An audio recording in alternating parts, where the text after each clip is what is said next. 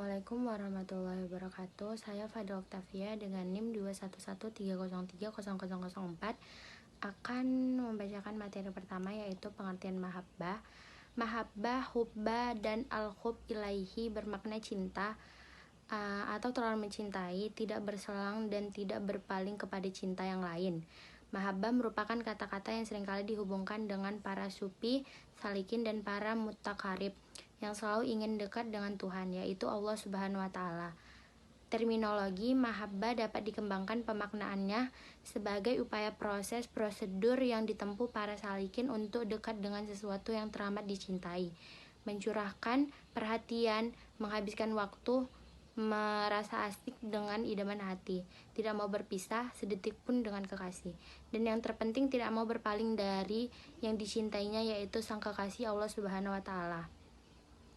Mahabbah adalah prinsip yang menghubungkan antara hamba dengan Tuhannya, sehingga ia patuh, tunduk, membenci sikap yang menghalangi cintanya dan sepi hatinya dari sesuatu selain Allah Subhanahu wa Ta'ala.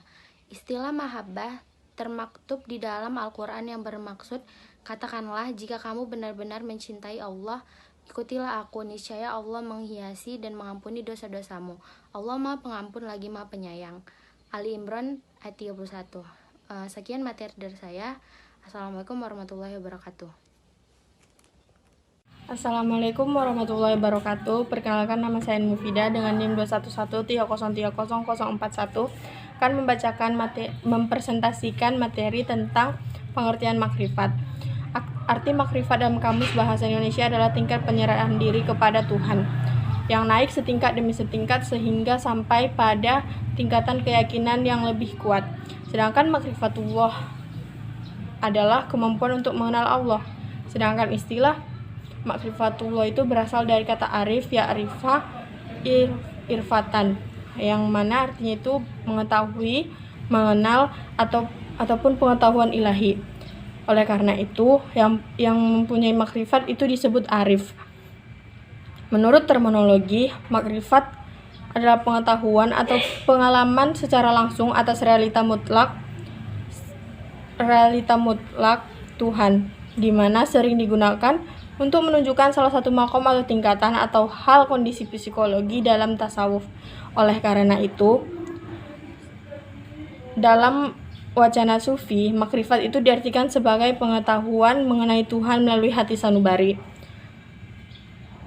Dalam tasawuf, upaya penghayatan makrifat kepada Allah Subhanahu wa Ta'ala atau makrifatullah menjadi tujuan utama sekaligus menjadi inti ajaran tasawuf, yang berarti pengetahuan yang sangat pasti tentang Al-Khaliq atau Allah yang diperoleh dari hati sanubari. Makrifat adalah hadirnya Al-Haq sementara kolbunya selalu berhubungan erat dengan nurnya.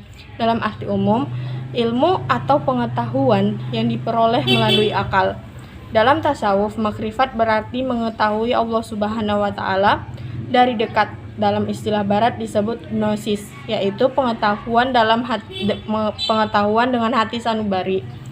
Jadi istilah makrifat berarti mengenal Allah ketika sufi itu telah mencapai makom atau tasawuf. Sekian materi dari saya kembalikan kepada moderator. Bismillahirrahmanirrahim. Assalamualaikum warahmatullahi wabarakatuh. Perkenalkan, nama saya Dandi Sukriwan dengan NIM 213030016. Sini saya akan melanjutkan materi terakhir dari kelompok 10, yaitu tentang pemikiran Al-Ghazali, akhlak dan tasawuf.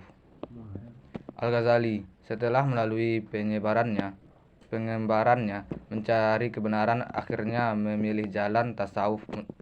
Menurutnya, para sufilah pencari kebenaran yang paling hakiki. Lebih jauh lagi, menurutnya jalan para sufi adalah panduan ilmu dengan amal.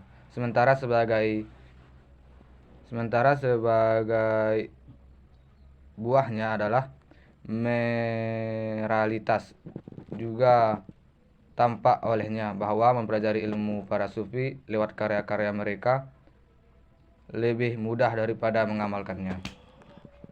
Menurut Al-Ghazali, sama makrifat seorang sufi adalah qalbu, bukannya perasaan dan bukan pula akal budi. Tujuan pengetahuan menurut Al-Ghazali adalah moral yang luhur, cinta pada Allah, fana di dalamnya, dan kebahagiaan. Karena itu, menurutnya pengetahuan diarahkan pada tujuan-tujuan moral, sebab ia tergantung dari kebersihan dan kebeningan kalbu. Mungkin sekian materi dari saya. Wassalamualaikum warahmatullahi wabarakatuh.